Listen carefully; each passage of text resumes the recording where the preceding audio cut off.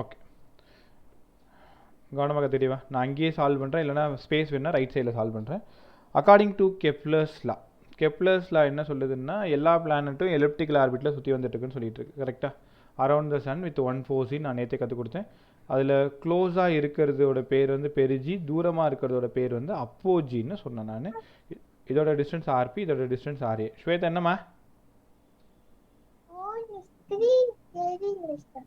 அது ஸ்க்ரீன் தெரியலையா sir? Screen தெரியலைங்க சார். ஸ்க்ரீன் தெரியலையா? எப்பரா தெரியாது? பிளாக்காக இருக்கு சார். பிளாக்காக இருக்கா? ஒரே நிமிஷம். என்ன தவறு நடக்கிறது இங்கே?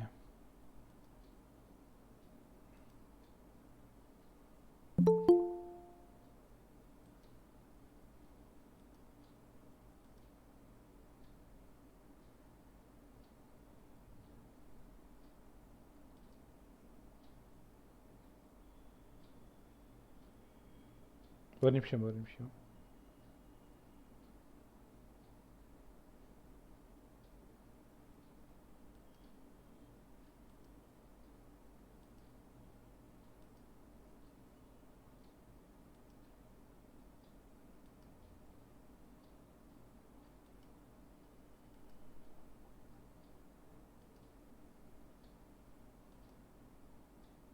இப்போ ஸ்க்ரீன் எப்படி இருக்கு? தெரியுதா? தெரியுது சார். Yes sir. இப்போ தெரியுது சார். ஓகே, ஸ்வேதா சொல்கிற அளவுக்கு வெயிட் பண்ணிட்டு இருக்கீங்க மற்ற எல்லாரும். பாரு, அது பார்த்து சொல்கிறதுக்குள்ளாரே அடுத்த நாளே வந்து போயிடுச்சு இல்லை? ஸ்வேதா கரெக்டாமா? இன்றைக்கி ஏன் நீ குட் ஈவினிங்கே சொல்லலை? அவ்வளோதான். Right. So according to Kepler's law, planets are moves in elliptical orbit with 1 ஃபோர்ஸின் நீங்கள் சூப்பராக கற்றுக்கிட்டீங்க. லா ஆஃப் ஆர்பிட் சொல்லி கொடுத்தது. செகண்ட் சம் ரொம்ப இம்பார்ட்டன்ட் சம். சம கவனிங்க. The minimum and maximum distance of the planet revolving around the sun வந்து R and R. Minimum and maximum distance இது வந்து அந்த எலிப்டிக்கல் ஆர்பிட். மினிமம் டிஸ்டன்ஸ் வந்து ஆர்பி. அவங்க என்ன சொல்லியிருக்காங்கன்னா மினிமம் வந்து ஸ்மால் ஆர்ன்னு சொல்லியிருக்காங்க. இந்த இடம் வந்து ஸ்மால் ஆர், மேக்ஸிமம் வந்து கேபிட்டல் ஆர். நம்ம வந்து இது ஆர்பின்னு எடுத்துக்கிட்டோம், ஆர்ஏன்னு எடுத்துக்கிட்டோம்னு உங்களுக்கு நல்லா தெரியும். The minimum speed of the planet in trajectory V0. யாராவது சொல்லுங்கள், மினிமம் ஸ்பீடு வந்து அப்போஜியில் கிடைக்குமா பெரிஜியில் கிடைக்குமா? அப்போஜியில் இருக்கும். ரைட்டா? ஸோ மினிமம் ஸ்பீடு வந்து apogee, that is V0. So question கொடுத்துட்டா மேக்ஸிமம் ஸ்பீடு கேட்குறாங்க. மேக்ஸிமம் ஸ்பீடுன்றது இந்த இடத்துல விபி. அப்போ உனக்கு என்ன வேணும்னா மேக்ஸிமம் ஸ்பீடு வேணும். இதான் கொஸ்டின். கரெக்டாக நான் என்ன சொல்லியிருக்கேன், ஒரு எலிப்டிக்கல் மோஷனில் angular momentum is conserved, LP equal to எல்ஏன்னு நேற்று கற்றுக் கொடுத்துருந்தேன். So M VP RP equal to M VA ஆர்ஏன்னு கற்றுக்கிட்டோம். இந்த எம்மும் போயிட்டோம்.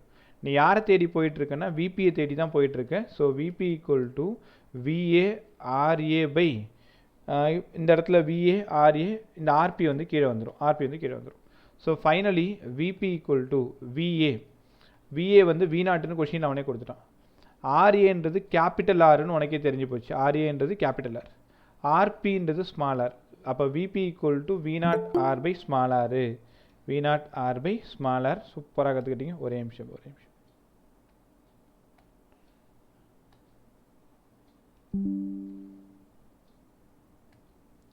ரைட், ஆப்ஷன் பாருங்கள். V0 R by small R option 1 இருக்கா பாருங்க. அப்போ நேற்று பார்த்தோம் தானே, இது angular momentum is conserved, LP equal to LA. அப்போ ஈக்குவேட் பண்ணிட்டு என்ன நம்ம விபி ஆர்பி விஏ ஆர்ஏன்னு போட்டோம். அவங்க அதுக்கு பதிலாக V0ன்னு ஏதோ ஒரு டேர்ம் கொடுத்து இதே ஃபார்மில் மாற்ற சொல்கிறாங்க. சரியா? ஸோ இந்த சம்ம கொஞ்சம் நல்லா ப்ராக்டிஸ் பண்ணிக்கோங்க. டேய் கரெக்டாக இன் டைமுக்கு வந்துருங்க, பேக் போயிட்டு வர முடியல. ஓகே, அடுத்தது சம் நம்பர் 3 பாருங்க. சம் நம்பர் 3 ஆல்ரெடி உனக்கு தெரிஞ்ச சம் தான். நேற்று சொல்லியிருந்தேன் square of the time period is directly proportional to cube of the semi major ஆக்சிஸ்னு கற்றுக் கொடுத்துருந்தேன். அப்போ time period is directly proportional to A power 3/2 லாஸ்ட்டாக சொன்னேன்னா அதே கேள்வி தான் கேட்டிருக்காங்க. என்னென்னா அவங்க டிஸ்டன்ஸ் R1 + R2 கொடுத்துறாங்க. ஒரு டிஸ்டன்ஸ் R1, இன்னொரு டிஸ்டன்ஸ் R2 கொடுத்துறாங்க. டைம் பீரியடோட ப்ரொபோஷனாலிட்டி தான் கேட்குறாங்க, ஈக்குவேஷன் கேட்கல. அப்போ சம் நம்பர் 3க்கு time period is directly proportional to RA + RP by 2 the whole cube நேற்று நம்ம நோட்ஸில் இருக்கும் by 3/2. அப்போது அவங்க ப்ரப்போர்ஷனாலிட்டி மட்டும் கேட்குறதுனால 2 is a number. ப்ரப்போர்ஷனாலிட்டி மட்டும் எழுதுங்க. T is proportional to RA + RP whole power 3/2. இதை தான் அவங்க R1 R2 எடுத்துக்கிட்டாங்க.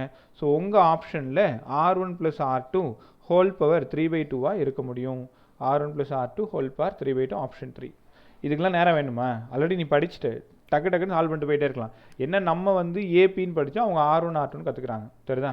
அடுத்தது கொஷின் நம்பர் 4ல் இந்த சேட்டிலைட் இந்த டைம் பீரியட் வந்து T பொட்டென்ஷியல் எனர்ஜி கேட்குறாங்க. சேட்டிலைட்டோட பொட்டென்ஷியல் எனர்ஜி ஜாயின் பண்ணிட்டாங்களா? ஒரே நிமிஷம்.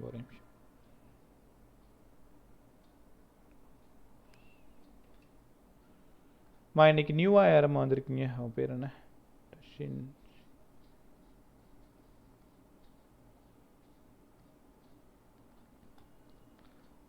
ரைட்.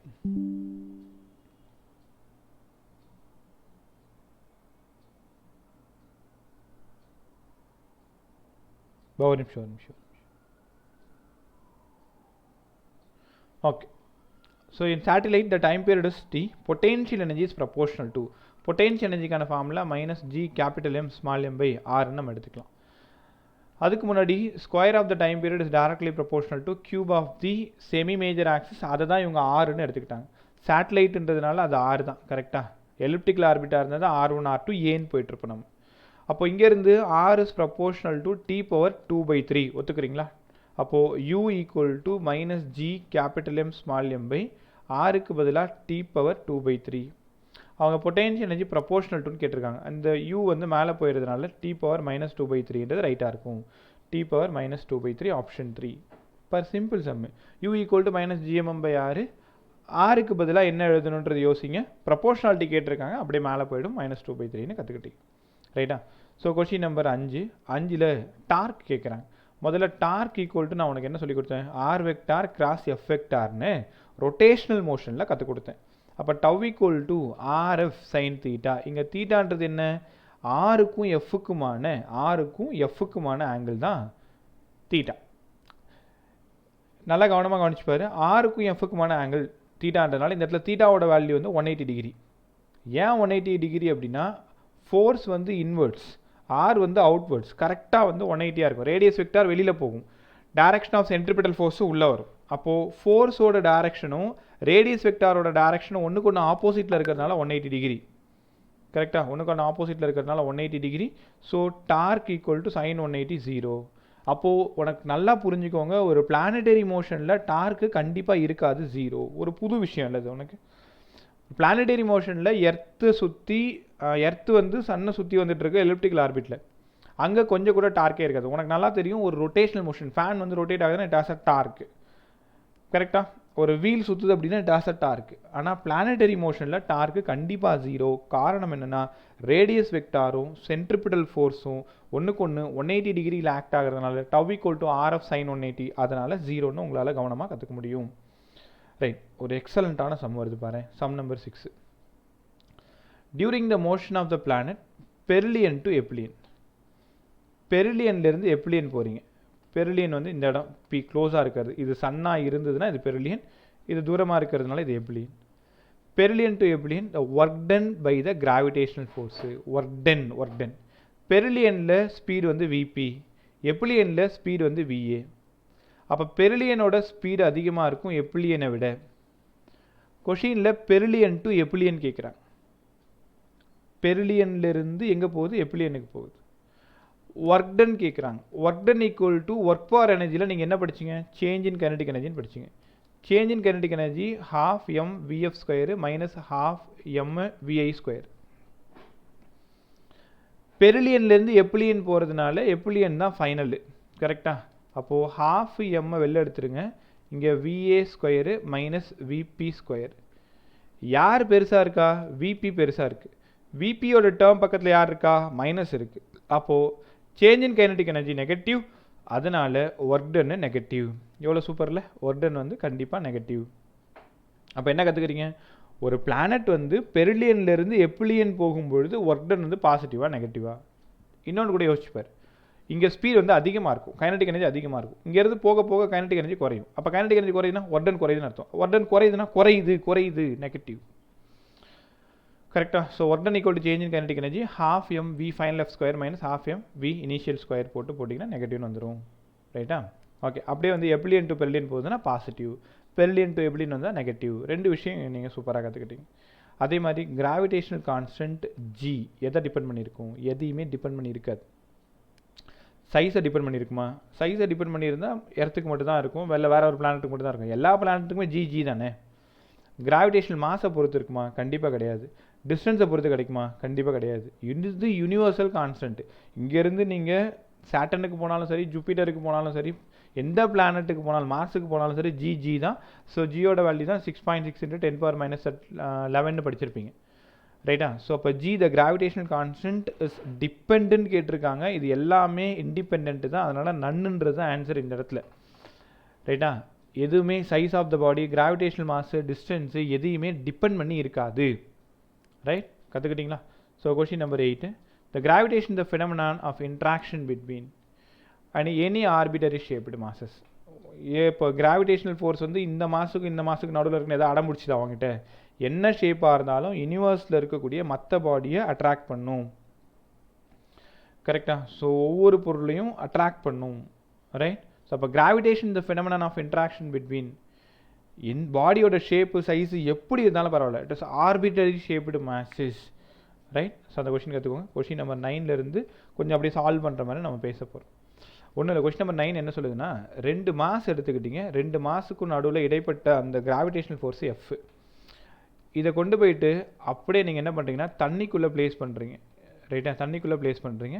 ஸோ தண்ணிக்குள்ளே ப்ளேஸ் பண்ணும்பொழுது இப்போ நியூ ஃபோர்ஸு எஃப் டேஷ் வந்து என்ன ஆகுன்னு கேட்குறேன். ஒரு சூப்பரான கான்செப்ட் இங்கே மறைஞ்சிருக்கு. 12th பசங்க உங்களுக்கு தெரியும், ரிப்பீட்டர்ஸ் உங்களுக்கு தெரியும். உங்களுக்கு 1/4πε0ன்றது கேன்னு நீங்கள் எலக்ட்ரோஸ்டாட்டிக்ஸில் படிச்சிருப்பீங்க. 11th இதை பற்றி கண்டுக்காத, நான் உனக்கு திரும்ப எக்ஸ்பிளைன் பண்ணுறேன். கே வந்து 4π ε0ன்றது என்ன? பெர்மிட்டிவிட்டின்னு சொன்னோம். எப்சிலான் ஆர் ஈக்குவல் டு ε/ε0ன்னு அங்கே உங்களுக்கு படித்து ஞாபகம் இருக்கும். So epsilon equal to ε0 × ε/r படிச்சிருப்பீங்க. எலக்ட்ரோஸ்டாட்டிக் ஃபோர்ஸு ஒரு மீடியத்திலிருந்து இன்னொரு மீடியம் போகும்பொழுது மாறும். விஷயம் புரியுதா உனக்கு? எலக்ட்ரோஸ்டாட்டிக் ஃபோர்ஸு ஏரில் இருக்கும்போது ஒன்றா இருக்கும், தண்ணிக்குள்ளே வைக்கும்போது வேறு ஒன்றா இருக்கும், ஆயில்குள்ளார வைக்கும்போது வேறு ஒன்றா இருக்கும். ஆனால் கிராவிடேஷனல் ஃபோர்ஸ் அப்படி கிடையாது. நீ டீப் மைண்டில் வச்சாலும் சரி, கடலுக்கு அடியில் வச்சாலும் சரி, வானத்தில் இருந்தாலும் சரி, எங்கே இருந்தாலும் கிராவிடேஷனல் ஃபோர்ஸ் வந்து இண்டிபெண்ட் ஆஃப் த மீடியம். இதை அழுத்தமாக ஆழமாக எழுதிக்கோங்க, ரைட்டா? ஸோ மீடியத்தை டிபெண்ட் பண்ணி இருக்காது. Gravitational forces independent of medium. Gravitational forces independent of medium. அதனால் இங்கே பாருங்கள், 2 மாஸுக்கு இடைப்பட்ட கிராவிடேஷனல் ஃபோர்ஸ் எஃப்பாக இருந்தால் அதை கொண்டு போய்ட்டு அப்படியே நீங்கள் தண்ணிக்குள்ளே வச்சாலும் அதே எஃப்பாக தான் இருக்கும். ஸோ ஃபோர்ஸு மாறாது. இப்போ அந்த கொஷினை படிங்க. Force of gravitation between 2 masses is found F in vacuum. So both masses are dipped in water same distance. Distance மாறினா ஃபோர்ஸ் மாறுன்னு உனக்கே தெரியும், ஏன்னா inversely proportional to r². New force என்ன ஆகும்னு கேட்குறேன், எஃப், கரெக்டாக? ஓகே. சம் நம்பர் 10 நான் சால்வ் பண்ணி காமிக்கோ. இப்போ ரீசெண்டாக யாரோ டவுட் கேட்டிருந்தீங்க, திவ்யான்னு நினைக்கிறேன். திவ்யா கரெக்டாக சம் தானே கேட்டிருந்தேன், ரைட்? சம் நம்பர் 10 சூப்பரான சம் பாருங்கள். ஆல்ரெடி நான் உனக்கு கிளாஸில் கற்றுக் கொடுத்த சம்மு. எம்னு ஒரு மாஸ் இருக்குது, 4mன்னு ஒரு மாஸ் இருக்குது, டி டிஸ்டன்ஸில் பிரித்து வச்சுருக்கோம். இப்போ தேர்ட் மாஸ் வந்து m0. அந்த தேர்ட் மாஸை ஏதோ ஒரு இடத்துல நான் ப்ளேஸ் பண்ணுறேன். இப்போது கிராவிடேஷனல் ஃபோர்ஸ் வந்து 0 ஆகணும் அப்படின்னா இந்த சம் என்ன சம்னு உனக்கு தெரியும்? ஈக்குலிபிரியம் சம்னு சொல்லி கொடுத்தேன், ஞாபகம் இருக்கா உனக்கு? இங்கே வாங்க, சூப்பராக சால்வ் பண்ணலாம் பாருங்க. இந்த டிஸ்டன்ஸை நான் எக்ஸ்ன்னு எடுத்துக்கிறேன், ரிமைனிங் வந்து d - xன்னு எடுத்துக்கிறேன். ஒரு ஷார்ட் ஃபார்முலா சொல்லி கொடுத்தேன், ஃபார்முலா ஞாபகம் இல்லைனா கவலைப்படாது, டேரெக்டாக நீங்கள் மேனுவலாக போட்டுருங்க. ஸோ மேனுவலானா இந்த m0 இந்த பக்கம் இழுக்கும், இது f1, இந்த m0 இது இந்த பக்கம் இழுக்கும் f2. ஸோ அப்போது 2 ஃபோர்ஸும் ஈக்குவலாக இருக்கணும், f1 equal to f2.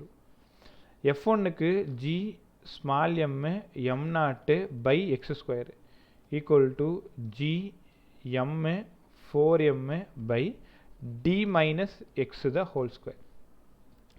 gm இங்கே ஒரு m0, கரெக்டாக? அந்த m0 இந்த mm எல்லாம் போயிடுச்சு. ஒரு நிமிஷம் ரைட்டா? பாருங்கள், gm m0, இங்கே gm m0, பேலன்ஸ் இந்த பக்கம் 4 இருக்குது. அப்போ இங்கே 1/x² equal to 4/d - x the whole square. ரெண்டு பக்கமும் ஸ்கொயர் ரூட் எடுத்திங்கன்னா 1/x equal to 2/d - x. அப்போ d - x equal to 2x, d equal to 3x. யாரை தேடி போயிட்டுருக்கீங்கன்னா எக்ஸை தேடி போயிட்டுருக்கேன், x ஈக்குவல் டு d/3. ரைட்டா? அவங்க என்ன கேட்டிருக்காங்கன்னா ஃப்ரம் எங்கிருந்து பாரு, the distance of point mass from எம்மிலிருந்து. அவன் தெளிவாக சொல்லிட்டான், ஃப்ரம் எம்மிலிருந்து. ஃப்ரம் எம்மிலிருந்து யார்? எக்ஸு. நான் உங்ககிட்ட கேட்குறேன் ஃப்ரம் 4mலேருந்து எங்கடா?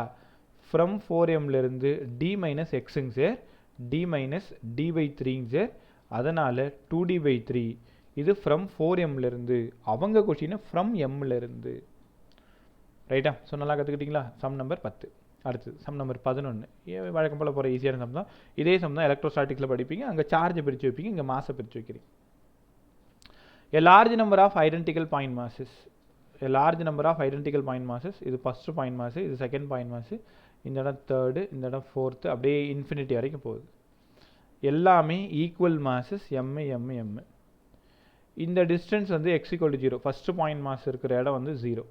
இந்த இடம் x=1, இந்த இடம் x=2, இந்த இடம் x=4, அப்படியே 8, அப்படியே 16, அப்படியே போயிட்டே இருக்குன்னு வச்சுக்கோங்க. ரைட்டா? ஸோ எக்ஸ் வந்து 1, 2, 4, 8, 16 அப்படியே போயிட்டுருக்கு. இப்போ அவங்க என்ன கேட்குறாங்கன்னா, த மேக்னட்யூடு, இந்த வார்த்தையை புரிஞ்சுக்கோ, the magnitude of gravitational force at the origin. இந்த இடத்துல இந்த கொஷினை நீங்கள் எப்படி சால்வ் பண்ணுவீங்க? ரைட், இங்கே பாரு, இவங்க 2 பேருக்கும் ஒரு ஃபோர்ஸ் இருக்கும் F1, இவங்க 2 பேருக்கும் ஒரு ஃபோர்ஸ் இருக்கும் F2, இவங்க 2 பேருக்கும் ஒரு ஃபோர்ஸ் இருக்கும் F3. அப்போ ஒவ்வொன்றுத்துக்கும் F3.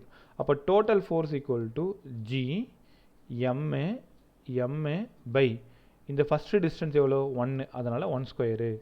அவங்க மேக்னட்யூட் மட்டும்தான் கேட்குறாங்க. ப்ளஸ் ரெண்டாவது பாருங்கள், GM பை 2². ஏன்னா x=0லேருந்து இது வந்து x=2 வரைக்கும் 2². Third GM by 4². ரைட்டா? GM by 4². அடுத்தது GM by 8² up to infinity வரைக்கும் போயிட்டுருக்கு. ஸோ இங்கே தான் நீங்கள் ஜிபி கற்றுக்க வேண்டிய நேரம் இருக்குது. அது யார் சார் ஜிபின்லாம் கேட்காது. ஜிபின்றது பெருக்கு தொடர்னு அர்த்தம். அதாவது ஜாமெட்ரிக்கல் ப்ரொக்ரெஷன் படிச்சிருப்பீங்க. GMM இங்கே 1 ப்ளஸ் 1/4 ப்ளஸ் 1/4² ப்ளஸ் 1/4³ எவ்வளோ ஸ்மார்ட்டாக இந்த மாதிரி நீங்கள் ஒர்க் பண்ணிக்கணும். 1/2² 4 சார், அது 4^1 எடுத்துக்கணும். 4² 64 4³ ஆகிடும். அப்படியே 4^4 ஆகிடும். ஃபைனலாக இங்கேருந்து F=G_M_m. ஸோ இது பார்த்தா உனக்கு ஜிபி மாதிரி இருக்கு இல்லையா? 1 plus 1/x plus 1/x² plus 1/x³. இந்த மாதிரி இருந்ததுன்னா நீங்கள் ஜிபிக்கு என்ன ஃபார்முலா எடுத்துக்கணும்னா, ஃபஸ்ட் நம்பர் ஏ பை, தெரியாதவங்க ஒழுங்காக கவனிச்சிக்கோ, first number A by 1 - 6.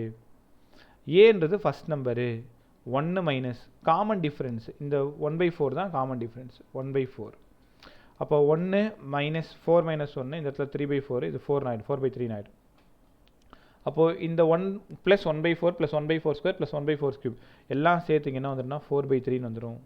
So final answer உங்கள் ஆப்ஷனில் 4/3 சார். ஜி 2 எம்மும் 1 எம்ன்றதுனால m² போட்டுக்கோங்க. அவன் கேபிட்டல் M ஸ்மால் எம் கொடுக்கல, கொஷினில் எல்லா எம்மும் ஒரே எம்மாக தான் கொடுத்துருக்காங்க. 4/3 GM² ரொம்ப சூப்பராக கற்றுக்கிட்டீங்க. இதே கொஷினை இதே மாதிரி சார்ஜஸை பிரித்து வைப்பாங்க. அடுத்த வீக் கற்றுக்க போகிறீங்களா எலக்ட்ரோஸ்டாட்டிக்ஸு, அதில் இதே ஆன்சர் என்ன வரும்னா 4/3 KQ² வரும். ஏன்னா இங்கே ஜின்னா அங்கே கே, இங்கே எம்னா அங்கே Q. இதே மாதிரி x=0ல் ஒரு சார்ஜ், x=1ல் ஒரு சார்ஜ், 2ல் ஒரு சார்ஜ், 4ல் ஒரு சார்ஜ் ப்ளேஸ் பண்ணும்பொழுது அங்கே நெட் ஃபோர்ஸ் இப்படி தான் கண்டுபிடிக்கணும். அதே மாதிரி இந்த லெசனில் நெட் ஃபோர்ஸ் இப்படி தான் கண்டுபிடிக்கணும். ரைட்டா? இந்த சம் அவ்வளோ இம்பார்ட்டன்ட்மா, ஒரு எக்ஸலண்ட் மாடல் இது. எனக்கு தெரிஞ்சு இவ்வளோ நேரம் பார்த்த சம்மில் 2 சம்மும் அவ்வளோ சூப்பர் சம். ஒன்று வந்து அந்த நல் பாயிண்ட் கண்டுபிடிக்கிற சம், அதான் ஈக்குலிபிரியம் பொசிஷன் போன சம். ரெண்டாவது இந்த சம் நெட் ஃபோர்ஸ் கண்டுபிடிக்கக்கூடிய சம். ரைட்டா? ஸோ தெளிவாக புரிஞ்சுக்கோங்க. சம் நம்பர் 11 சூப்பராக ப்ராக்டிஸ் பண்ணிக்கோங்க. ரைட், இது நம்ம சம், அது நம்ம கிளாஸ்லேயே போட்ட சம் தான் அது. ஒரு ட்ரையாங்கிள் மாதிரி எடுத்துக்கோங்க. ரைட்டா? இதில் 3 மாஸ் பிளேஸ் ஆகிருக்கு, M. ரைட்டா? Find the net force. ஏதோ ஒரு பொசிஷனில் கேட்குறாங்க. அவங்க என்ன கேட்குறாங்கன்னா ஏல கேட்குறாங்க. இன்ஸ்டன்டேனியஸ் ஆக்சலரேஷன் கேட்குறாங்க. நமக்கு நெட் ஃபோர்ஸ் கண்டுபிடிக்க தெரியும். ஒரு ஃபோர்ஸ் இந்த பக்கம் ஆக்ட் ஆகும் சார், ஒரு ஃபோர்ஸ் இந்த பக்கம் ஆக்ட் ஆகும் சார். ஆங்கிள் வந்து 60 டிகிரின்றதுனால இந்த இடம் √3f. இதெல்லாம் ஏன் எதுக்குன்னா உனக்கு கேட்டேன்னா நீ சரியாக கவனிக்கலாம் அர்த்தம் கிளாஸு. ஏன்னா 60 டிகிரிக்கு உனக்கே நான் சொல்லி கொடுத்துருக்கேன். √f1² plus f2² plus 2f1f2 cos தீட்டாடா. தீட்டாவோட வேல்யூ 60 டிகிரி, அதனால் f 2 சேம் வெக்டார் 60 டிகிரியாக இருந்தால் √3f. அப்போ ஆன்சர் வந்து √3 எஃப் நெட்டு, இது வந்து எஃப் நெட்டு. அப்போது எஃப் நெட் ஈக்குவல் டு √3 எஃப்க்கு பதிலாக gm² by distance square. Side வந்து அவன் எல்லுன்னு கொடுத்துருக்கிறதுனால நான் எல் ஸ்கொயர்னு எடுத்துக்கிறேன். ஆனால் கேட்குறது ஆக்சலரேஷன் தான் கேட்குறாங்க. எஃப் ஈக்குவல் டு உங்கள் எல்லாருக்கும் தெரியும் எம்ஏன்னு தெரியும். அந்த MA equal to √3 gm² by L square, ரைட்டா? √3 gm² பை எல் ஸ்கொயர். இப்போ நீ என்ன பண்ணுறேன்னா இந்த பக்கம் ஒரு மாஸ் இருக்குது, இந்த பக்கம் ஒரு மாஸ் இருக்குது. ஸோ ஃபைனலாக அவங்க கேட்டுக்கிறது acceleration equal to √3 gm by L ஸ்கொயர்னு ரொம்ப கவனமாக கற்றுக்குறீங்க. Super answer. நான் உனக்கு கற்றுக் கொடுத்தது √3f கற்றுக் கொடுத்துட்டு நான் போயிட்டேன். அதுக்கப்புறம் ஒரு லைன் எக்ஸ்ட்ரா போட்டு ஆக்சலரேஷன் கேட்குறாங்க. இப்போது நீ கிளவராக இருந்ததுன்னா ட்ரையாங்கிளா சார், ஈக்குவல் வெக்டாரா சார், √3fங்க சார். ஆக்சலரேஷன் கேட்குறாங்கன்னா ஆக்சலரேஷன் கேட்டாங்கன்னா ஈக்குவல் டு எம்ஏ, கரெக்டாக? இந்த எஃப்க்கு பதிலாக இந்த இடத்துல √3 சப்ஸ்டியூட் பண்ணிக்கோ, gm² பை எல் ஸ்கொயர்னு சப்ஸ்டியூட் பண்ணிக்கோ. தட் இஸ் ஈக்குவல் டு எம்ஏங்க சார். ஒரு எம் மட்டும் வராது. அப்போ √3 gm பை எல் ஸ்கொயர்னு இமீடியட்டாக 15 செகண்ட் கூட இந்த சம் தாண்டாது. சரிதான்? ஓகே. அடுத்தது சம் நம்பர் 13. சூப்பரான சம் அது. இந்த மாதிரி மாடல் தான் இங்கே நிறைய வரும் பாரு. டென்சிட்டியை வச்சும் மாஸை வச்சும் சூப்பராக கேட்டிருப்பாங்க, ரேடியஸ் வச்சும் கேட்டிருப்பாங்க. ரெண்டு பிளானட்டு சேம் டென்சிட்டி, ரெண்டு வேறு வேறு planet density same, different radius, ஒன்றத்தோடது R1 இன்னொருத்தோடது R2. Acceleration due to gravity அவங்க கேட்டிருக்கிறது G கேட்டிருக்காங்க. யாருக்கு அதிகமாக இருக்கும், யாருக்கு கம்மியாக இருக்கும்? ரேடியஸ் அதிகமாக இருக்கிறதுக்கு கிராவிட்டி அதிகமாக இருக்குமா, ரேடியஸ் கம்மியாக இருக்கிறதுக்கு கிராவிட்டி அதிகமாக இருக்குமா? கேள்வி புரியுதா? வந்து ஒரு பிளானட்டோட ரேடியஸ் வந்து R1, இன்னொரு பிளானட்டோட ரேடியஸ் வந்து R2. லைக் எர்த்தும் மார்ஸும் வச்சுக்கோங்களேன். எர்த்தோட ரேடியஸ் R1, மார்ஸோடது R2. இதில் யாருக்கு ஜியோட வேல்யூ அதிகமாக இருக்குன்றது தான் கேள்வி. ஆனால் கண்டிஷன் டென்சிட்டி சேம். அப்போ ஃபார்முலாவில் நம்ம டென்சிட்டி இருக்கிற மாதிரி பார்த்துக்கணும். அப்போது G ஈக்குவல் டு உங்கள் எல்லாருக்குமே தெரியும் gm பை R² கற்றுக் கொடுத்தேன். Mass equal to rho into volume, mass equal to rho into வால்யூமுக்கு பதிலாக அவங்க எல்லாருக்கும் தெரியும் 4π3 பை R³ சூப்பராக கற்றுக்குறீங்க. அப்போது G ஈக்குவல் டு G, எம்முக்கு பதிலாக 4π3 பை கேபிட்டல் R³, வால்யூம் இந்த ஒரு ரோ இங்கே இருக்கு இல்லையா, எம்முக்கு பதிலாக இந்த ஒரு ரோ இங்கே எடுத்துகிட்டு வந்துடுறீங்க. டினாமினேட்டரில் ஒரு R² R³ போயிடுது. G constant, 4/3 number, pi number, density இந்த கொஷினில் சேம், அதனால் அதையும் நான் விட்டுறேன். அப்போ acceleration due to gravity is directly proportional to R. இந்த கன்க்ளூஷன்லேருந்து நீ கற்றுக்கிறது என்ன தெரியுமா சார்? யாரோட ரேடியஸ் வந்து அதிகமாக இருக்காங்களோ அவங்களோட ஆக்சலரேஷன் டியூ டு கிராவிட்டி அதிகமாக இருக்கும். இப்போ ஆப்ஷன் பாருங்கள், சேம் தப்பு. கிரேட்டர் ஆன் த ஸ்மாலஸ்ட் தப்பு, கிரேட்டர் ஆன் த லார்ஜஸ்ட்டு. யாருக்கு ரேடியஸ் அதிகமாக இருக்கோ, யாருக்கு ரேடியஸ் அதிகமாக இருக்கோ அவங்களுக்கு தான் ஆக்சலரேஷன் டியூ டு கிராவிட்டி அதிகமாக இருக்கும். இதே கொஸ்டினை இப்படி மாற்றி யோசி. ரெண்டு பிளானட்டோட மாஸ் வந்து சேம். அப்போது G equal to gm by R1², இன்னொன்று G2 equal to gm by R2². இப்போ பார்த்தீங்கன்னா யாருக்கு G அதிகமாக இருக்கும் கம்மியாக இருக்கும் உங்களால் சொல்ல முடியுமா?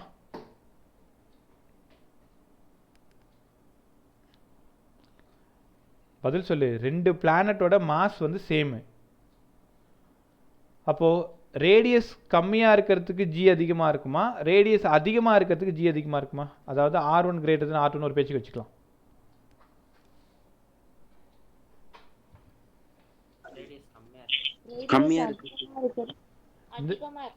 ரேடியஸ் பதில் சொல்லு. நான் தானே என்ன ஒன்று திட்டவா போகிறேன்? ஆமாம்பா, G is inversely proportional to R². இதுலேருந்து என்ன சொல்ல வரீங்க? ஸ்மால் பிளானட்டுக்கு கிராவிடேஷன் அதிகமாக இருக்கு. வெரி குட், அதுதான் உன்கிட்ட கேட்டுட்டு இருக்கேன் நான். அப்போ இந்த இடத்துல R1 கிரேட்டர் தென் R2னா G1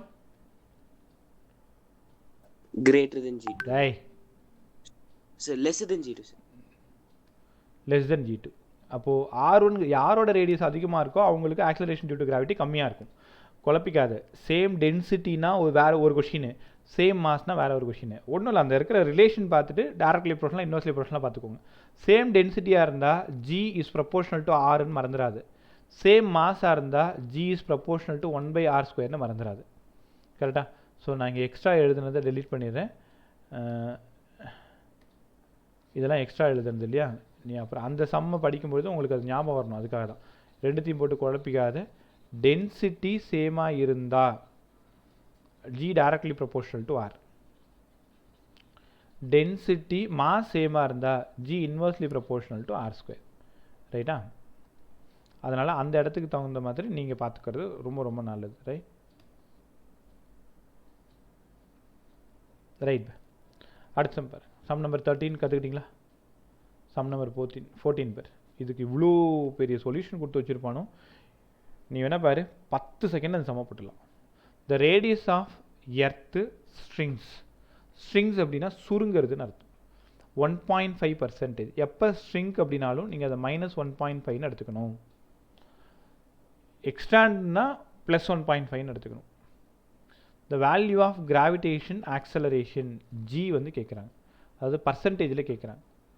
ஆக்சுவலாக அவங்க கேட்டிருக்கிறது வந்து ΔG/G வந்து என்னென்னு கேட்டிருக்காங்க. எல்லோரும் நான் வந்து உங்களுக்கு என்ன டீச் பண்ணல, ஃபஸ்ட் லெசன் SI யூனிட்ஸ் எல்லோரும் ஸ்கூலில் சொல்லி கொடுத்துருப்பாங்க. எரர் கொஷின் கற்று கொடுத்துருப்பாங்க. எரர் எப்படி போடணுன்னா G = GM/R². அவங்க ரேடியஸை வச்சு சொல்லியிருக்காங்க. G கான்ஸ்டன்ட்டு, M கான்ஸ்டன்ட்டு, ப்ராக்கெட்டில் மாஸ் ரிமைனிங் சேம்னு ஒரு வார்த்தை கொடுத்துருக்காங்க. அப்போது G is proportional to 1/R². G is proportional to R power -2.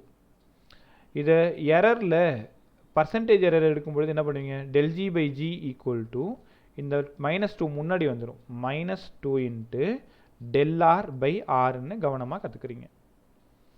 கொஷினில் ΔR/R தான் -1.5%ன்னு கொடுத்துருக்காங்க. ஏன் கேள்வி ΔG/G தான் பர்சன்டேஜில் வேணும் எனக்கு. ஸோ -2 இங்கே -1.5 இந்த மைனஸும் போயிடுச்சுன்னா ΔG/G 3% ப்ளஸில் வரும்.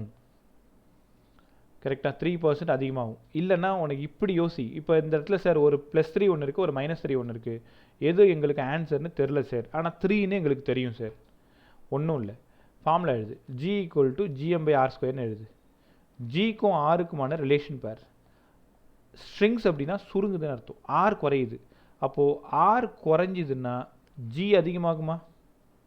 அப்போ G அதிகமாகுதுன்னா ப்ளஸ்ஸு. இப்படி யோசிக்கலாமா? இதுக்கு பேர் பர்சன்டேஜ் சம்மடா எல்லா லெசன்லேயும் வரும். அப்போ radius of earth strings 1.5%, acceleration due to கிராவிட்டினா முதல்ல அந்த ஃபார்முலா எழுதுங்க, கான்ஸ்டன்ட் அடிச்சு கடாசுங்க, மீதி இருக்கிறது ரிலேஷன் போடுங்க. ΔG/G போட்டிங்கன்னா பவரில் இருக்கிறது ஃப்ரண்ட்டில் வந்துடும். இப்போது ஒன்றும் இல்லை, இதை சூப்பராக சொல்லித்தரேன் பாரு. ஒரு R = X⁴n வச்சுக்கோங்களேன். இப்போ இந்த ΔR/R கேட்குறாங்கன்னு வச்சுக்கோங்க.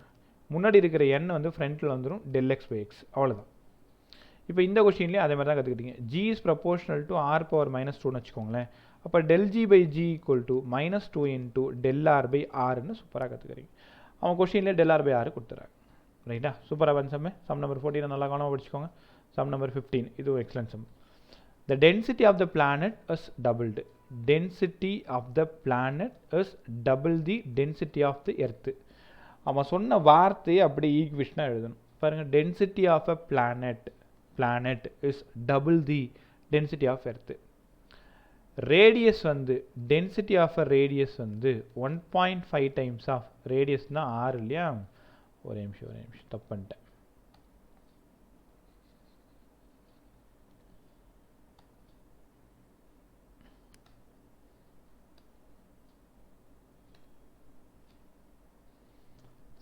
ஸோ இந்த இடத்துல டென்சிட்டி ஆஃப் த பிளானட் கற்றுக்கிட்டீங்க. இப்போ அடுத்தது வந்து radius of the planet = 1.5 times of radius of the earth. Right? So என்ன கேட்டிருக்காங்கன்றதை கவனமாக பாருங்கள். The acceleration due to gravity on the surface of the planet. அந்த இடத்துல G வேணும், எனக்கு GP வேணும். ரைட்டா? இந்த சம் எவ்வளோ ஈஸியாக சால்வ் பண்ணலாம் பாருங்களேன். G = GM/R²ன்னு இப்போ தான் படிச்சிங்க. கொஷினில் டென்சிட்டின்ற ஒரு விஷயம் இருக்கிறதுனால G = G, எம்முக்கு பதிலாக 4/3πr³ ரோ. ஏன்ற காரணம் நான் மேலேயே சொல்லிட்டேன். பை வந்து ஒரு R². இந்த R² R³ போயிட்டுனா ஒரு R மட்டும் வந்துடும். அப்போ இங்கேருந்து G = G 4/3πr ரோன்னு எடுத்துக்கிறீங்க. கொஷினில் 2 பேருக்கு மட்டும்தான் வேலை. யார் 2 பேருக்கு? டென்சிட்டிக்கும் ரேடியஸுக்கும் மட்டும்தான் வேலை. இவனெல்லாம் தேவையில்லை நமக்கு, தூக்கி போட்டுரு. அப்போது G is proportional to R rho. ரைட்டா? என்ன கேட்டிருக்காங்க? Density of the acceleration due to gravity planet கேட்டிருக்காங்க. அப்போ GP அப்போ இது ஆர்பி, இது ரோபி. அப்போது ஜிபி இஸ் ப்ரொபோர்ஷனல் டு ஆர்பிக்கு பதிலாக 1.5 டைம்ஸ் ஆஃப் ஆர்இ. ரோபிக்கு பதிலாக 2 இன்ட்டு ரோஇ. அப்போ 1.5 2இ மல்டிப்ளை பண்ணிங்கன்னா 3 ஆர்இ ரோஇ. இந்த ஆர் ரோனாலே உனக்கு தான் ஜீன் தெரிஞ்சிடும் இல்லையா, அதான் ப்ரொபோர்ஷனாலிட்டி ஜீன் தெரிஞ்சிடும்ல. அப்போது GP equal to 3 times of GE, 3 மடங்கு அதிகமாகுது. ஆன்சர் பாருங்கள் 3. அப்போ acceleration due to gravity of the surface of the planet வந்து 3 times of surface of earth. எவ்வளோ ஈஸியான சம் பாருது. அப்போ பிளானட்டோட கிராவிட்டி இப்போ நம்மளது வந்து 10ன்னு வச்சுக்கிட்டா அவங்க சொன்ன பிளானட்டோடது 30. Acceleration due to gravity 30. ரைட்டா? டென்சிட்டி வந்துட்டாலே நீ மாசை உடச்சிரு. கரெக்டாக? மாசை உடச்சிட்டிங்கன்னா 4/3 πr³ ரோ கேன்சல் பண்ணிவிட்டு ரிமைனிங் இருக்கிறத வச்சு நீங்கள் ஈஸியாக சால்வ் பண்ணிட முடியும். ரைட்? ஓகே, அடுத்த சம் பாரு. டேய், எந்த சம்மாவது புரியலன்னா ஸ்டாப் பண்ணி கேட்டுக்கோ. சும்மா ஒரு மாட்டம் சொல்லினே இருக்காரு, நம்ம மாட்டம் போயினே இருக்கோன்ற கதையெல்லாம் சொல்லக்கூடாது. தெரியுதா? சார் 14th சம் ஒரு தடவை எக்ஸ்பிளைன் பண்ணுங்க சார். 14 இதுவா? இந்த எரர் சம்மா? பர்சன்டேஜ். அதான் எரர் சம்மான்னு கேட்டேன். Yes sir. ரைட். ஸ்கூலில் எரர் படிச்சியாம்மா 11th?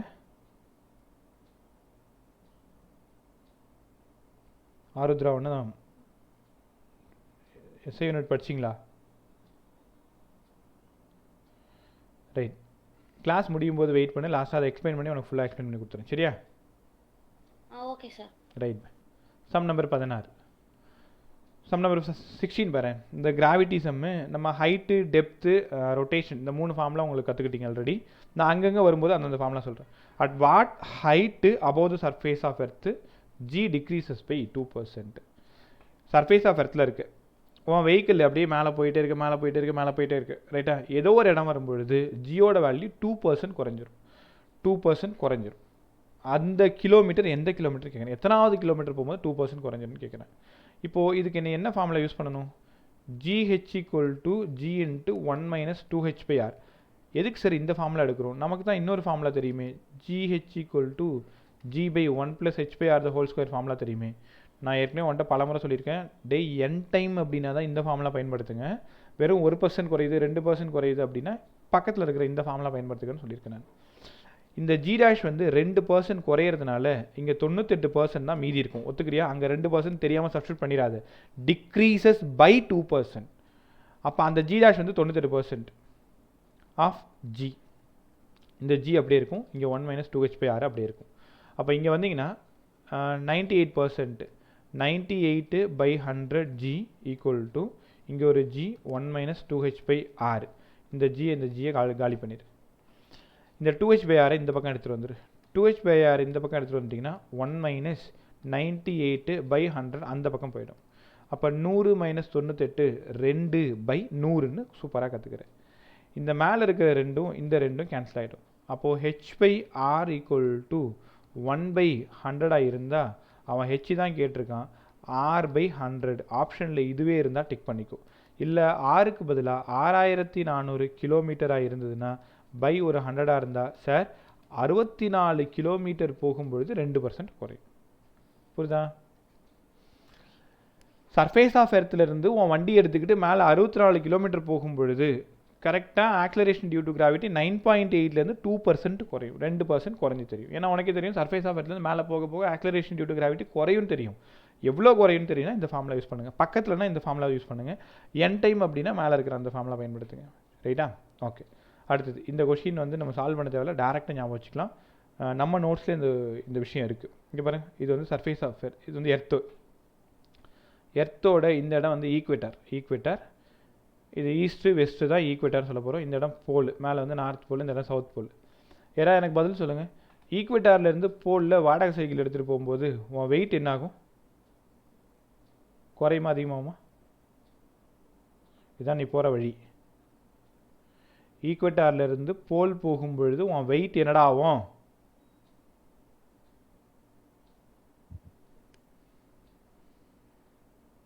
அதிகமாகும். காரணம் G வேல்யூ சார் 9.8. G வந்து அதிகமாகும். கரெக்டானே? ஈக்குவேட்டாரில் ஜியோட வேல்யூ கம்மியாக இருக்கும். ஈக்குவேட்டாரில் ஜியோட வேல்யூ ஜி டேஷ் வந்து ஜி மைனஸ் சம் வேல்யூ இருக்கும், ஒமேகா ஸ்கொயர் ஆர் இப்படி இருக்குன்னு வச்சுக்கோங்க. அப்போ ஈக்குவேட்டாரில் ஜியோட வேல்யூ கம்மியாக இருக்கும். ஈக்குவேட்டார்லேருந்து போல் நீ போக போக போக போக ஜி வேல்யூ அதிகமாகும். ஜி வேல்யூ அதிகமாகிறதுனால உன்னோட வெயிட்டும் அதிகமாகும். எவ்வளோ தெரியுமா அதிகமாகும்? இது மாறவே மாறாது. நான் நோட்ஸ்லேயே கீழே அங்கே எழுதி வச்சுருப்பேன், டேரெக்டாக போய் படிச்சுக்கலாம். 0.34% அளவுக்கு மாறும். இப்போ நீ ஈக்குவேட்டாரில் இருக்கும்போது உன் மாஸ் வந்து ஒரு பேச்சுக்கு ஒரு 100 கிலோ, வேணாம் 100 கிலோ இருக்க மாட்டேன், ஒரு 60 கிலோன்னு வச்சுக்கோங்களேன், ஒரு 60 kgன்னு வச்சுக்கோங்க. அப்போ இங்கேருந்து மேலே போகும்பொழுது இதில் இந்த 60 கிலோவில் 0.34% அதிகமாக இங்கே வெயிட் தெரியும். 0.34%. ஒரு 100 கிலோ அப்படின்னா ஒரு 3.4 kg எக்ஸ்ட்ரா ஆகிடும். இங்கே வரும்பொழுது ஒரு 103 கிலோவாக தெரியும், 103.4 தெரியும். லைக் ஈக்குவேட்டாரில் ஒரு பர்சன் 100 kg இருக்கான்டா, ஈக்குவேட்டாரில் 100 kg இருக்கான். அவன் அப்படியே வந்து எங்கே போகிறான்னா போல் போகிறான். போல் போகும்போது அவனோட வெயிட் வந்து 103.4 அளவுக்கு இருக்கும். அப்படின்னா என்ன மீனிங்கு?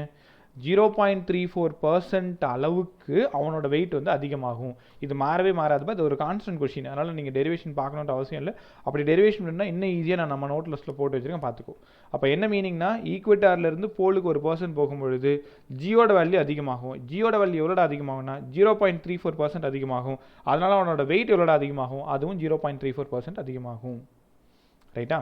ஓகே, அடுத்து இப்போ 18 சம் நான் லாஸ்ட்டாக வரேன். 19 சம்க்கு வாங்க, அதில் ஒன்றுமே இல்லை, கவனமாக கவனி. ஆர்ன்றது ரேடியஸ் ஆஃப் எர்த்து, ஜின்றது acceleration due to gravity, mean density கேட்குறாங்க. Density, mean density. அப்போது G equal to G capital M by R square. G equal to G, எம்மை உடச்சிருங்க. டென்சிட்டியை பற்றி பேசினாலே எம்மை காலி பண்ணு. 4/3 πr cube rho by R square. இதை கேன்சல் பண்ணிட்டு ரிமைனிங் இருக்கிறது எழுதுங்க. G equal to G 4/3 πr rho. இங்கேருந்து மீன் டென்சிட்டி தான் வேணும். டென்சிட்டி கேட்குறதுனால மீது எல்லாத்தையும் அந்த பக்கம் எடுத்துகிட்டு போய்ட்டு டென்சிட்டி ஒரு பக்கம் வச்சுக்கோ. 3g by 4g πr. கரெக்டாக? இதில் நியூமரிக்கல் கேட்டால் நியூமரிக்கல் சால்வ் பண்ணிக்கோ, இல்லை டேரெக்டாக ஈக்குவேஷனா ஈக்குவேஷனோட விட்டுரு. ஸோ இந்த இடத்துல ஆப்ஷன் 3 செக் பண்ணிக்கோங்க. 3g பை 4g πrன்னு கற்றுக்கோங்க. ஒரு ஃபார்முலாவை மாடிஃபை பண்ணியிருக்கோம், தேவையானதை நம்ம எடுத்திருக்கோம். இவ்வளோ தான், சிம்பிளாக யோசிச்சிங்கன்னா வேலை முடிஞ்சிடும். இதுதான்பா ஆரம்பமே. ஒரு பெரிய சம் சால்வ் பண்ணுறதுக்கு உன்னோட தகுதி என்னென்னா, அந்த ஃபார்முலாவில் உனக்கு தேவையானதை மட்டும் ஒரு பக்கம் வச்சுக்கிட்டு மீதி எல்லாத்தையும் அந்த பக்கம் சரியாக கொண்டு போக தெரியணும். அது தெரிஞ்சிட்டாலே மீதியெல்லாம் சப்ஸ்டிட் பண்ணி ஆன்சர் போடலாம் ஈஸியாக. சரிதான்? ஓகே, அடுத்து இந்த சம் பாருங்கள், ஈஸியாக இருக்கும் பாருங்கள். Sum number 20. The value of surface of earth 9.8, ஜியோட வேல்யூ இந்த இடத்துல வந்து 9.8. 480 கிலோமீட்டர் மேலே போனால் ஜியோட வேல்யூ என்னவாக இருக்கும்? அப்போ 480ன்றது பக்கத்தில் கிடையாது, ரொம்ப தூரம் தான் அது. அப்போ நீ என்ன ஃபார்முலா பயன்படுத்தலாம்? GH equal to G by 1 + h/r the whole square. இதுக்கு மேலே நான் சொல்கிறதுக்கு எதுவுமே இல்லை இந்த இடத்துல. அப்போ GH equal to G by உள்ள ஸ்கொயர் பண்ணிக்கோங்க. 1 + h இல்லை r + h by r whole square. அப்போது G R square by r + h the whole square. ரைட்டா? ஸோ அதை தான் இவங்க இப்படி எழுதியிருக்காங்க இந்த ஃபார்முலாவை. அப்போ r by r + h whole ஸ்கொயராக அவங்க எடுத்துருக்காங்க. நம்ம என்ன பண்ணியிருக்கோம்? ஸ்கொயரை போட்டிருக்கோம். வேணுன்னா அப்படியே நீங்கள் கூட எடுத்துக்கோங்க. ஜியை வச்சுக்கோங்க. r by r + h the whole square. அப்போது ஜியோட வேல்யூ லைக் 10ன்னு வச்சுக்கோ, இல்லை 9.8ன்னு வச்சுக்கோ. ஆரோட வேல்யூ 6400 கிலோமீட்டர். இந்த ஆரோட வேல்யூ 6400 கிலோமீட்டர். ஹெச்சோடது ஒரு 480 கிலோமீட்டர். கரெக்டாக? ஸோ கீழே இருக்கிற ரெண்டுத்தையும் ஆட் பண்ணுங்கள், மேலே இருக்கிற ரெண்டுத்தையும் மல்டிப்ளை பண்ணுங்கள், ரெண்டுத்தையும் டிவைட் பண்ணிங்கன்னா ஏதோ ஒரு ஆன்சர் வரப்போகுது. செக் பண்ணி பார்த்துக்கோ. 8.48 வரப்போகுது. அப்போ என்ன மீனிங்னா 9.8லேருந்து என்ன ஆயிடுச்சு பாருங்கள், 8.48க்கு போயிடுச்சு. அப்போ சர்ஃபேஸ் ஆஃப் எர்த்லேருந்து 480 கிலோமீட்டர் மேலே போக போக ஸோ உன்னோட ஆக்சலரேஷன் டியூ டு கிராவிட்டி எவ்வளோ மாறுது பாருங்கள். 8.48க்கு வந்துருதுன்னா எவ்வளோ சேஞ்ச் ஆகிருக்கு? 9.81 இந்த இடத்துல 8.48, 11ல் 8 போயிடுச்சுன்னா 3, 7ல் 4 போயிடுச்சுன்னா 3, மீதி 1. ஸோ 1.33 அளவுக்கு அங்கே குறைஞ்சிருக்குன்னு அர்த்தம். இந்த மாதிரி கொஸ்டின் நீங்கள் தாராளமாக எதிர்பார்க்கலாம். அவங்க கிலோமீட்டர் எத்தனை கிலோமீட்டர் வேணாலும் கொடுக்கலாம். சில 100 கிலோமீட்டர் அப்படின்னா வெறும் 100 அப்படின்னா நீங்கள் அந்த ஃபார்முலா பயன்படுத்திக்கோங்க. 200னா அந்த ஃபார்முலா பயன்படுத்திக்கோங்க. ஒரு 400க்கு மேலெலாம் போகுதுன்னா நீங்கள் இன்ட்டு n டைம்ஸ் ஆஃப் இருக்கு இல்லையா, அந்த ஃபார்முலா பயன்படுத்திக்கோங்க. ரைட்? ஓகே, இந்த சம் நம்ம கிளாஸ்லேயே சொன்னது. இது வந்து ஆக்சலரேஷன் எர்த்து, செட்டைன் ஹைட்டில் ஜிஹெச், செட்டைன் டெப்த்தில் ஜிடி. எப்படா ரெண்டும் ஈக்குவலாக இருக்கும்? அப்போ ஜிஹெச் ஈக்குவல் டு ஜிடின்னு போடுவோமா? ஜிஹெச் ஈக்குவல் டு ஜிடியாக இருக்கணும். ஜிஹெச்சுக்கு வந்து G into 1 minus 2h by ஆர்னு கற்றுக் கொடுத்தேன். ஜிடிக்கு வந்து G into 1 minus D by ஆர்னு கற்றுக் கொடுத்தேன். இந்த டிக்கு பதிலாக இங்கே யார் இருக்கா? 2h. அப்போ டி ஈக்குவல் டு 2h. தெரியுதா? ஹைட்டில் ஏதோ ஒரு ஹைட்டில் ஆக்சலரேஷன் டியூ டு கிராவிட்டி ஒரு 7ன்னு வச்சுக்கோங்களேன். அப்போது எந்த டெப்த்தில் அது 7ஆக இருக்கும்? 2 இன்ட்டு ஹைட்டு. இப்போ அது வந்து ஒரு 100 கிலோமீட்டர் வச்சுக்கோங்க. அப்போ கீழே வந்து 200 கிலோமீட்டர் போகணும். அப்போ எக்ஸ் ஈக்குவல் டு 2h. கரெக்டாக? எக்ஸுன்றதை நம்ம கொஷினில் நம்ம டின்னு போட்டிருப்போம். இதை நான் சொல்லி தரும்போதே நான் உனக்கு கற்றுக் கொடுத்தேன் அந்த கொஷினை. ரைட்டா? ஓகே, அடுத்தது 22. இது ஆல்ரெடி நீ இப்போ தான் படித்தேன். As we go from equator to pole G என்னடா ஆகும்? அதிகமாகும். எவ்வளோடா அதிகமாகும்? 0.34% அதிகமாகும். ரைட்டா? ஓகே, சம் நம்பர் 23 பாருங்கள். ஒரு நல்ல சம் பாருங்க. What should be the angular speed? What should be the angular speed அப்படின்னா omega. How to rotate an axis the person equator 3/5 of much present. ஒன்றும் சொல்ல, அவங்க கொஷின் உனக்கு புரியலன்னா நான் ஈஸியாக சொல்லித்தரேன். ரொட்டேஷன், இது எர்த்துன்னு வச்சுக்கோங்க. எர்த் வந்து ஓன் ஆக்சிஸ் வச்சுக்கிட்டு ரொட்டேட் ஆகுது. அப்போது இந்த ரேடியஸ் வந்து இங்கே ஒரு பாடி இதான் நீ இருக்க, நீ வந்து இப்படி சுற்றி வரேன்னு வச்சுக்கோங்க. இப்போது எம்ஜி டேஷ் வேணும்னா உனக்கு அன்றைக்கி நான் என்ன சொல்லி கொடுத்தேன்? MG minus M R omega square cos லாம்டான்னு சொன்னேன். இந்த ஆருக்கு பதிலாக கேபிட்டல் ஆர் போட்டிங்கன்னா MG dash equal to MG minus M R omega square cos square லாம்டான்னு சொன்னேன். ஏன்னா R equal to R cos லாம்டான்னு அன்றைக்கி நான் டெரைவ் பண்ணி காமிச்சேன். அப்போ இங்கேருந்து G dash equal to G minus omega square R cos square lambda, இந்த ஃபார்மில் ஆக்சலரேஷன் டியூ டு கிராவிட்டி வருது. அவங்க வெயிட்னு சொல்லியிருக்கிறதுனால நீங்கள் எம்மோட சேர்த்து தான் பயன்படுத்தணும் இந்த ஈக்குவேஷனை. ஈக்வேட்டாரில் இருக்குன்னு சொன்னதுனால லாம்டாவோட வேல்யூ நீங்கள் 0ன்னு கொடுத்துக்கணும். ஏன்னா காஸ் லாம்டா 0. அப்போ இங்கேருந்து MG dash equal to MG minus M R omega square. இந்த எம்ஜி டேஷ் தான் 3/5 டைம்ஸ் ஆஃப் எம்ஜியா. இப்போ கொஸ்டினை படிச்சு பாரு. That a person on the Ecuador would weight 3/5 of 3/5 much present. அப்போ that is equal to MG minus MR omega square. இந்த MG இந்த பக்கம் வந்துடும், இந்த எம்ஆர் ஒமேகா ஸ்கொயர் இந்த பக்கம் வந்துடும். அப்போ இங்கேருந்து எம்ஆர் ஒமேகா ஸ்கொயர் இந்த பக்கம் வந்துடுச்சுன்னா MG minus 3/5 MG, 5 MG minus 3 MG வந்து 2 mg/5. இங்கே எம்ஆர் ஒமேகா ஸ்கொயரு. இந்த எம்ஐயும் காலி பண்ணுங்கள், இந்த ஆரை கீழே கொண்டு போங்க. Omega square equal to 2g/5 ஆறு. அதனால் ஒமேகா மட்டும் வேணும்னா √2g/5 ஆப்ஷனில் இருக்கும். தெரியுதா? எவ்வளோ சூப்பரான சம்பத்தி அது. இந்த மாதிரி கொஸ்டின் அழகாக கேட்பாங்க.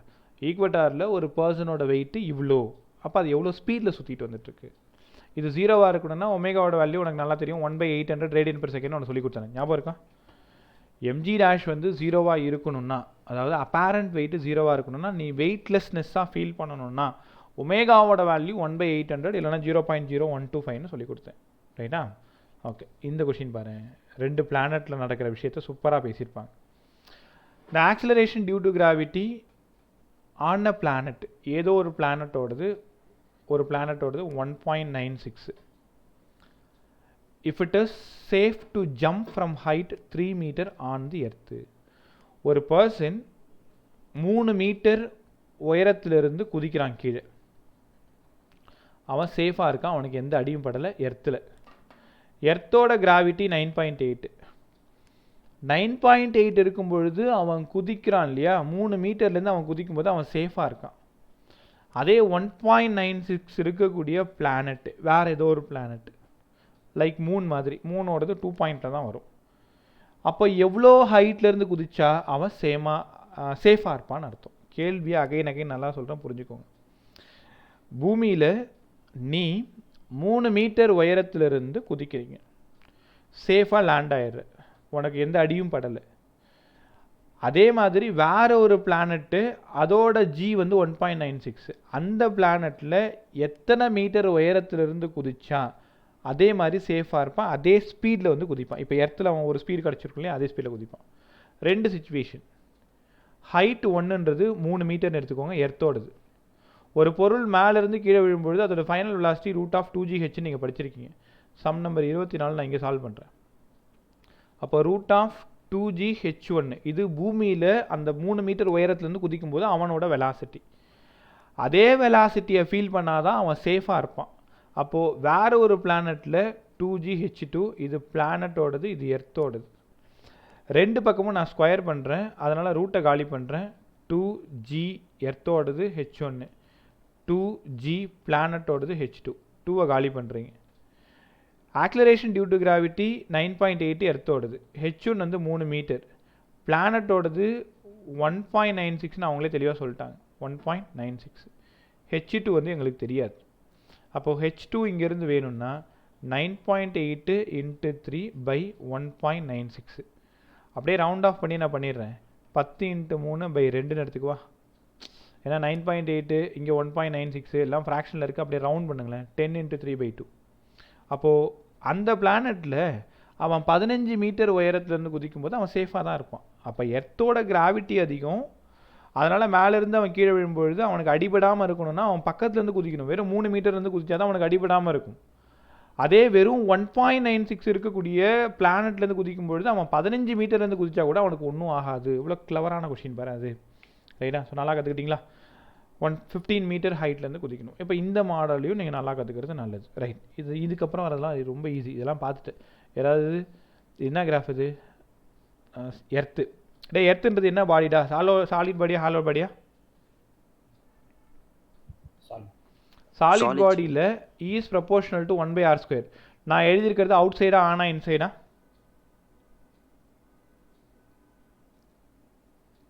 Sir outside. Outside. Is directly proportional to R.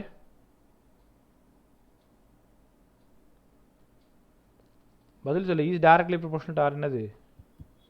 படிக்கல யாரும். இன்சைடு.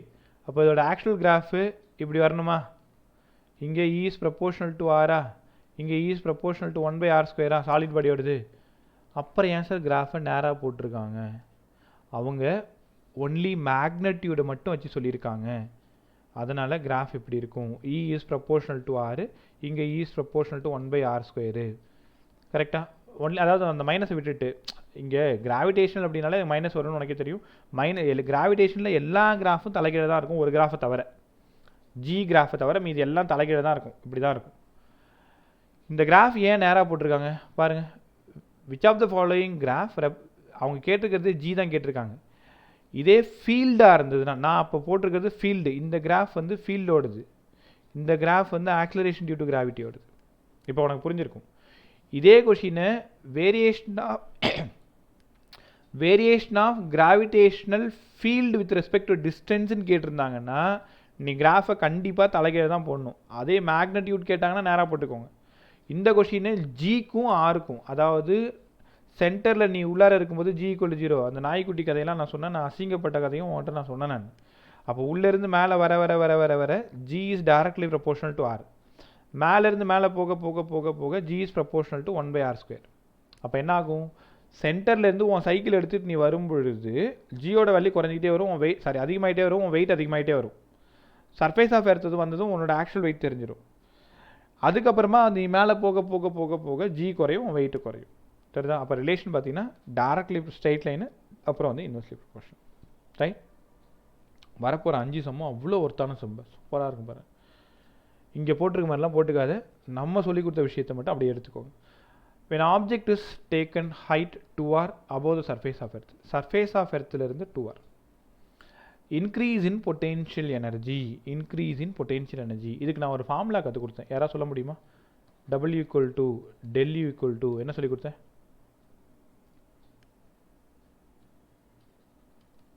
நீ சொன்னா தான் நான் உள்ளே போக முடியும். சொல்ல பார்க்கும். W = gmm/r. டேய், work done or change in potential எனர்ஜின்னு ஒரு ஃபார்முலா சொல்லி கொடுத்தனே. பொட்டென்ஷியல் எனர்ஜிக்கு அடுத்த topic mgh/1 + h/r sir. mgh/1 + h/r அப்படிலாம் இல்லை, வேற உனக்கு தெரியும் நல்லாவே இந்த ஃபார்முலா.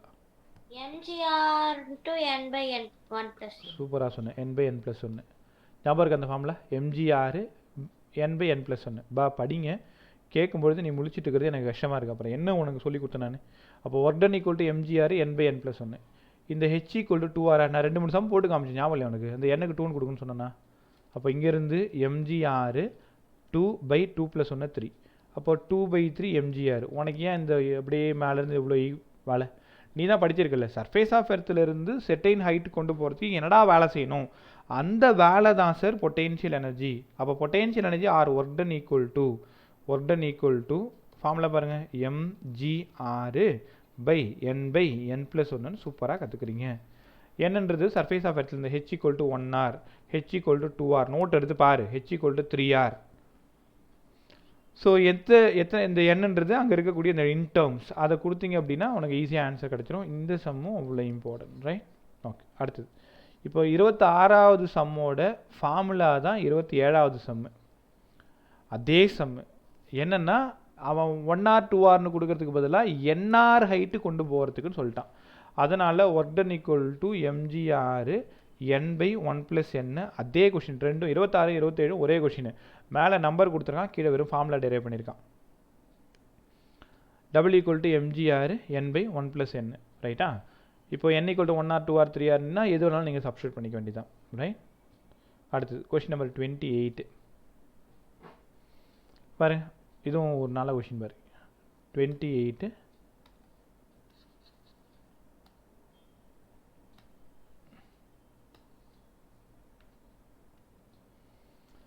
ஒரு stationery object is released at a point P. ஒரு ஸ்டேஷ்னரி ஆப்ஜெக்ட் வந்து Pயிலிருந்து ரிலீஸ் பண்ணுறீங்க. 3r from centre of the மூணு. இதான் உங்களுக்கு பிரச்சனையே. நீ அவன் 3rனு கொடுத்துருப்பான். எங்கேருந்து? சென்டர்லேருந்து ஒரு r ப்ளஸ் இங்கேருந்து ஒரு 2r. அப்போ ஹைட்டை நீ 2rனு எடுத்துக்காமல் தெரியாமல் நீ 3rனு எடுத்துட்டா உன் கதை முடிஞ்சுது. பாருங்க, 3r from centre of the moon. நீ அந்த பக்கத்தில் ஒரு வேல்யூனா ஃப்ரம் எங்கே இருந்துன்ற விஷயத்தை தெளிவாக படிக்கணும். சென்டர்லேருந்து 3r. ஆனால் நம்ம எங்கேயுமே ஹெச் வந்து சர்ஃபேஸில் இருந்து தான் எடுத்துன்னு உனக்கே நல்லா தெரியும். அவன் சென்டர்லேருந்து கொடுக்குறான்னா உன்னை ஏமாத்துறதுக்கு கொடுக்குறான், நீயும் ஈஸியாக ஏமாந்து போயிடுவேன். அப்போ 3r from the centre of the moon which as radius வந்து 6, மாஸ் வந்து m. அது கீழே விழும்பொழுது அதோட ஸ்பீடு என்னவாக இருக்கும்? ஹிட்டிங் த மூனில் கீழே விழும்பொழுது அதோட ஸ்பீடு என்னவாக இருக்கும்? டேய், இதுக்காவது தயவு செஞ்சு ஃபார்முலா சொல்லுங்கள். ஸ்பீடுக்கு என்ன ஃபார்முலா கற்றுக் கொடுத்தேன்? செட்டைன் ஹைட்லேருந்து ட்ராப் பண்ணும்பொழுது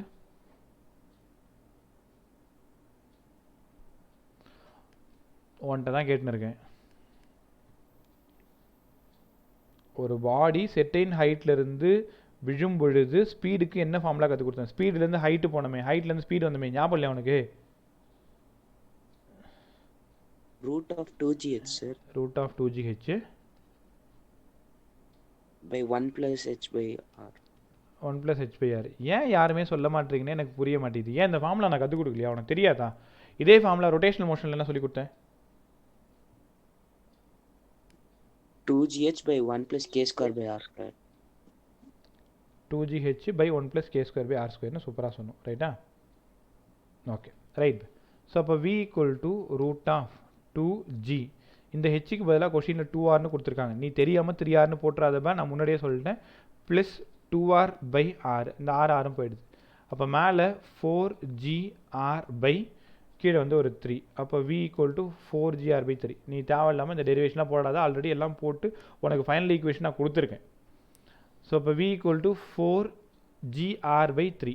சார் அவங்க ஒரு ஆன்சர் போட்டிருக்காங்க, நீங்கள் ஒரு ஆன்சர் போட்டிருக்கீங்களே, என்ன பிரச்சனை? இங்கே பார், v = √4g.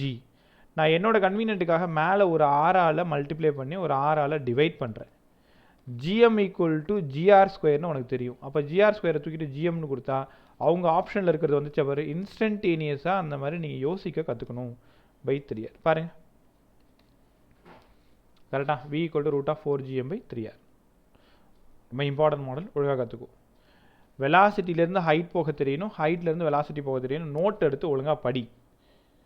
இந்த சம் சால்வ் பண்ண சம்மை நீங்கள் பார்த்துக்கோங்க. ஒரு ஸ்கொயரில் 4 மாஸ் பிளேஸ் ஆகிருக்கு. இப்போது இதோட இனிஷியல் பொட்டென்ஷியல் எனர்ஜி 4gm²/L. எல்லா சைடும் எல்லுன்னு எடுத்துக்கிட்டிங்கன்னா L மைனஸ் 2gm²/√2L. ஞாபகம் இருக்குன்னு நினைக்கிறேன் உனக்கு. இந்த டயகனல் √2 சொல்லி கொடுத்துருந்தேன். இதுலேருந்து ஒரு மாதம் மட்டும் பிச்சு பிடிங்கி தூக்கி வெளில இன்ஃபினிட்டியில் போட்டிங்க. அப்போது மீதி இது மட்டும்தான் இருக்கும். கரெக்டாக? இப்போ இதோட ஃபைனல் பார்த்தீங்கன்னா யூஎஃப் பார்த்தீங்கன்னா minus 2g m²/L minus g m²/√2L. அப்போது work done equal to negative change in potential energy நீங்கள் ஒர்க் பவர் எனர்ஜியில் படிச்சிங்க. Work done equal to negative UF minus UI. அப்போது work done equal to UI minus UF. ரெண்டுத்தையும் solve பண்ணிங்கன்னா பாருங்கள், UI minus UF அப்படியே solve பண்ணிங்கன்னா 4gm²/L. அப்போ 4லேருந்து இந்த 2 போயிடும். அதனால் 2gm²/L. நான் வெறும் மேக்னிடியூட் மட்டும் எடுத்துக்கிறேன். ப்ளஸ் 2லேருந்து இந்த 1 போயிடுச்சு அப்படின்னா 1gm²/√2L. இங்கேருந்து gm²/L மட்டும் வெளியில் எடுத்துருங்க. வெளியில் எடுத்துட்டிங்கன்னா 2 + 1/√2. ஆக்சுவலாக நம்ம இதோட ஆன்சர் முடிச்சிட்டோம். ஞாபகம் இருக்குன்னு நினைக்கிறேன் உனக்கு. நான் W வந்து இதோட நான் முடிச்சுட்டு போயிட்டேன். இந்த கொஷினில் இருக்கக்கூடிய ஆப்ஷன் பார்த்தீங்கன்னா இதை கிராஸ் மல்டிப்ளை பண்ணி போட்டிருக்காங்க. gm²/L 2√2 + 1/√2ன்னு கற்றுக்குறீங்க பாருங்கள். ஸோ ஃப்ரண்ட்டில் மைனஸ் வேணால் மைனஸ் போட்டுக்கோ. நான் வெறும் மேக்னிடியூட் மட்டும் போட்டு காமிச்சிருப்பேன். நம்ம நோட்டில் இருக்கிற அதே சம்மு, ஒரு வார்த்தை கூட மாறாத அதே சம். ஸோ 4 பேர் ஒன்றா இருக்கும்பொழுது டோட்டல் பொட்டென்ஷியல் எனர்ஜி ஒரு ஆளை பிச்சு பிடிங்கி வெளில போட்டதுக்கப்புறம் ஃபைனல். ரைட்டா? Okay, last some 38 சம்மோட முடிச்சிக்கலாம். சம பாருங்க. An object projected vertically upward. An object is projected vertically upward. இந்த டேட்டாவை பாருங்க. half the escape speed of the earth. எர்த்தோட எஸ்கேப் ஸ்பீடில் பாதி கொடுத்து அனுப்பும் பொழுது கண்டிப்பாக அது எஸ்கேப் ஆகி வெளியில் போகாது. அப்போது ஒரு செட்டைன் ஹைட்டில் திரும்ப விழுந்துடும். அப்போ அந்த ஹெச் வேணுமா? இதுக்காவது தயவு செஞ்சு ஃபார்முலா சொல்லு. என்ன அழுவ வைக்காது. ஹெச் சொல்லு பார்க்கும். v² r/v e² minus of v². ரைட்ரா, நல்லா உண்டா நீனு. h = v² r/v² minus v². எல்லாருக்கும் தெரியுது அது? ஓகே. இப்போ இந்த கொஷினில் அவங்க என்ன கொடுத்துருக்காங்க? நீ தான் சொல்லல, அவங்க போட்டிருக்கிறதெல்லாம் சால்வ் பண்ணிட்டு உட்காந்துருக்காது. உனக்கு அது தேவையில்லாத வேலை. இந்த லெசனை பொறுத்த வரைக்கும் எல்லா ஈக்குவேஷனையும் நான் உனக்கு கன்சைஸாக கொடுத்துட்டேன். பட் கிளவராக நீ யூஸ் பண்ணணும், அவ்வளோதான். நீ கொடுத்த வெலாசிட்டி எஸ்கேப் வெலாசிட்டியில் பாதி இருக்குன்னு சொல்லிட்டேன். அப்படியே சப்ஸ்டியூட் பண்ணுங்கள். h = எஸ்கேப் வெலாசிட்டியில் பாதி. அப்போ v²/4. ஏன்னா v = v/2. அப்படியே ஸ்கொயர் பண்ணிக்கோங்க. 6 இந்த இடம் v² மைனஸ் இந்த இடத்துல v²/4.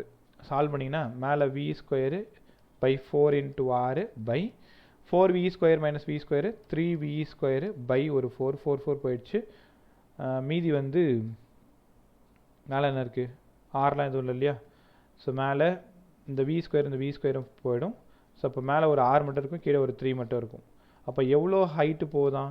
h = r/3 அளவுக்கு தான் போதும். அதாவது 6400 கிலோமீட்டரை 3ஆல் டிவைட் பண்ணிங்கன்னா எவ்வளோ ஹைட் கிடைக்குதோ அவ்வளோ ஹைட் போயிட்டு திரும்ப விழுந்துருமா?